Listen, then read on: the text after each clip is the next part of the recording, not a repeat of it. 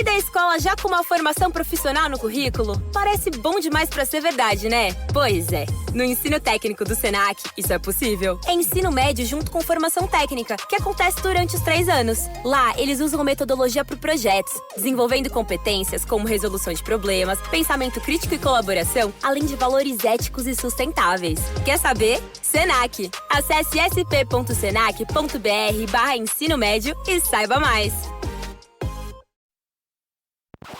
Now tuned into the greatest.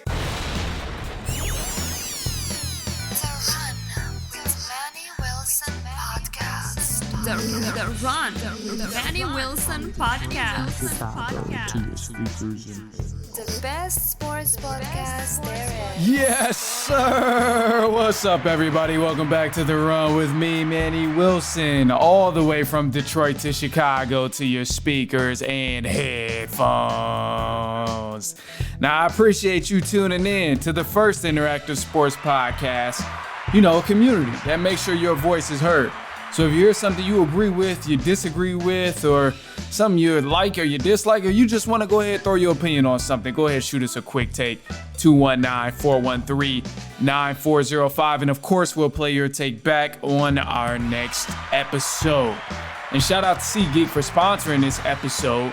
Get $20 off your first ticket purchase when you use the promo code The Run Podcast. Now, this code can only be applied to first-time users on the mobile app or website. So I don't know about you, but still some NFL season left. So go ahead, create that account, and then use that promo code The Run Podcast. Save yourself $20 on your ticket of a football game, concert, basketball game, any event of your liking on SeatGeek.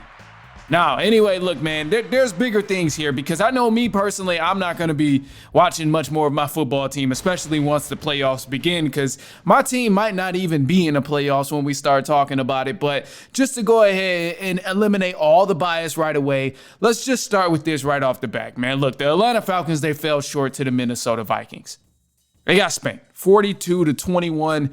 This was a crazy, crazy game. It didn't look bad to start off. Honestly, the Falcons, they started off this game with an actual chance to make something happen. Seemed pretty close, but now since they lost against the Vikings, they're on a 4-game losing streak. They're now second in the NFC South. Kirk Cousins, oh man, he's getting booed. He's getting clowned on social media. People are asking for him to go to the bench. And for the Vikings, this means they actually clinched a playoff spot. So shout out to the Vikings. Took care of business. Kirk couldn't beat his home team, but he still wanted to throw the ball to them. It seemed like that was the case the entire game.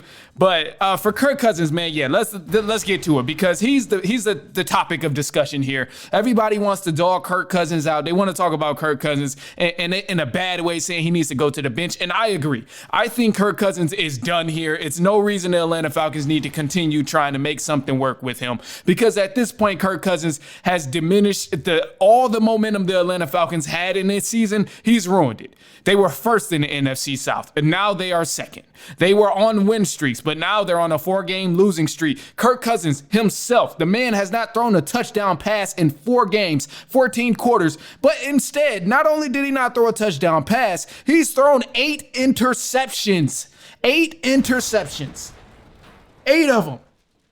Not 3, not 2, not 1, not 4. 8 interceptions. This man has been horrific. Awful, man.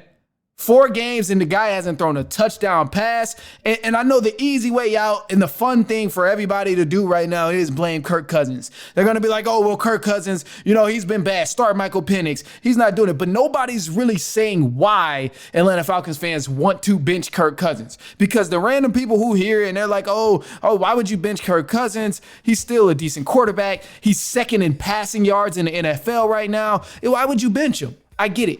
It sounds silly right off the bat. I understand that. But the thing that a lot of people are missing, they're not watching these games. They're not watching Kirk Cousins noodle arm it downfield. They're not watching him overthrow or throw inaccurately to targets who are wide open or even just missing blatant wide open targets. People who aren't going for Kirk Cousins to go to the bench and they're saying he needs to continue to play, you're not really seeing what he's doing right now. Because even when he isn't throwing all these crazy inaccurate interceptions, he's still throwing them on crucial moments of the game, which turns the momentum sideways. You kill everything when you throw an interception on a drive that you worked so hard to maintain and march downfield. If Bijan Robinson is carrying the offense, running up and down the field, getting them all the way to the opponent's side of the 50, and you throw an interception, what do you think that does for your defense? It's demoralizing when you continue to throw them back to back to back to back. It's sad. So I get it. Yeah, Kirk Cousins, he's an experienced guy. Experienced veteran quarterback, as you may say. They paid him $180 million, which is the real reason why I think they don't want to, send Kirk Cousins to the bench, because they're like, look, I'd be damned if my investment of $180 million goes on the sideline. I get that part. That is valid. But damn it, he's not playing good at all. He's a very a point A to B quarterback, meaning like there's nothing that he's doing that's deceiving the defense. And part of this is also on Zach Robinson. You can blame him for this too, for Kirk Cousins' terrible performances, because his play call hasn't been the best. So maybe you got Kirk Cousins out there trying to audible in a situation that's not really necessary, and you also got Zach Robinson, who's calling bad plays on these 4th and shorts and these other short yardage situations. He's calling bad plays all around. And there's situations where, I've seen Kirk Cousins throw dots and whatever, but it's like I'm still voting for Michael Penix to start right now. And the main reason I say I need Michael Penix to get on the field and make something happen and send Kirk Cousins to the bench is because when I'm looking at the pros and cons, there's a lot more pros in favor of Michael Penix than what I see for Kirk Cousins. And I say this just like from a logical standpoint, not necessarily because Kirk is bad. And I want to reset the tone, because with Penix, the first thing I'm looking at right now for a big reason why the Falcons should start Penix and send Kirk Cousins to the bench is because, truthfully speaking, I think we all can agree that it can't get any worse than what we're seeing from Kirk Cousins right now. It's no way Penix goes on the field and throw 4 interceptions. I highly doubt that's the case. And if he does, it's still now worse than what Kirk Cousins is doing. So that's the crazy part about, Penix should be starting. This is going to help him gain experience. This is, another thing where I think this could trick opponents starting Michael Penix is because he doesn't have any film on him. NFL is just heavily reliant on film and tendencies and what guys are comfortable with, uncomfortable with. With Michael Penix Jr., there's nothing that no one knows where it's like, oh, he's very uncomfortable if we format the defense this way, or if we send pressure at him this way. He's very uncomfortable with that. We're yet to know what his tendencies are. So at this point, there's a lot of plus, or a lot of, I won't say plus, but there's a lot of reason why he may thrive with starting with this Atlanta Falcons offense. You look at a lot of rookie quarterbacks, they have good seasons their first year because there's no film on them, and then they go into the sophomore slump, and they really have to figure out how they're going to go against the adversity. But as far as Penix, another pro I see, he's got a bigger arm. So, based on what I've seen, he's got a bigger arm than Kirk Cousins, because Kirk has been noodle arming it downfield. I don't see anything there. And you could possibly make the argument that Penix Jr. is even more accurate than Kirk Cousins, because based on what we've seen in the last few games of Kirk Cousins, it ain't been good. The only con I can think of for Michael Penix Jr. and why he shouldn't be starting over Kirk Cousins just goes back to the experience thing.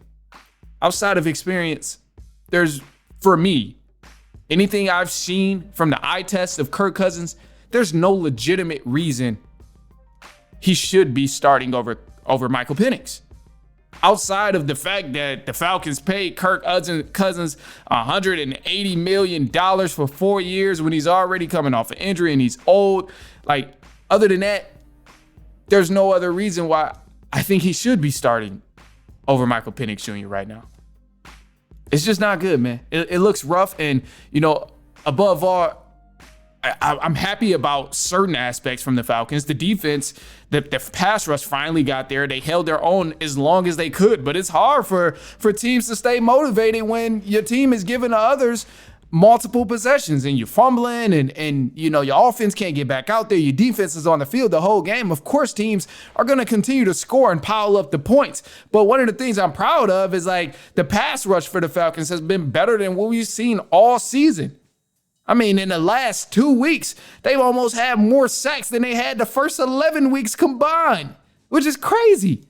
So I'm happy about that aspect, but it's just like they can't get things going at the same time because the pass rush is finally fixed. Now the secondary is broken. You got guys just losing the ball completely in midair when you guard and Justin Jefferson and Addison. Like these guys it ain't like they killed him on the route. I promise you.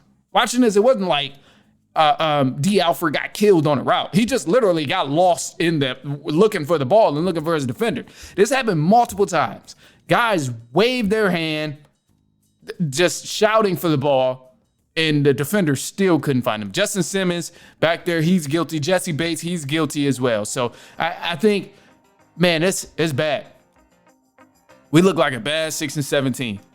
It looked like I don't even know how the hell the Falcons won 6 games right now. That's what it's looking like. But anyway, look, man, I got a soundbite. Here's head coach Raheem Morris on the starting quarterback, Kirk Cousins, via Atlanta Falcons. Here it is. Just the elephant in the room. Kirk hasn't had a touchdown pass in 4 games, 8 interceptions. Dude, what has to happen for you all to look at the backup quarterback, Michael Penix? We got to execute better in the red zone. A lot of the things that you got to do and go out there and get done in practice, we got to come to life in the games. And that just hadn't happened in the last couple of weeks. And that's something that we got to get better. Kirk threw for 300 and whatever amount of yards. We were able to run the ball in the end zone. We got to the red zone. The goal today was to run in the end zone.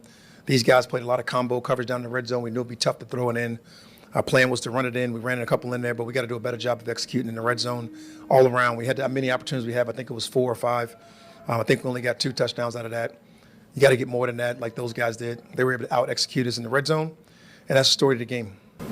So you're sticking with Cousins. You don't have any questions. Everything is always discussed when you go watch the tape and do all those type of things. But like Kirk Cousins is our quarterback. We'll have the ability to go watch this tape just like we do every single week. Kirk played significantly better than he did the week before. We got a chance to go out there and focus on us and get a chance to go out there and really work on what we do and what we do well. And we'll do whatever is best to go win football games. And Kirk's definitely a part of that.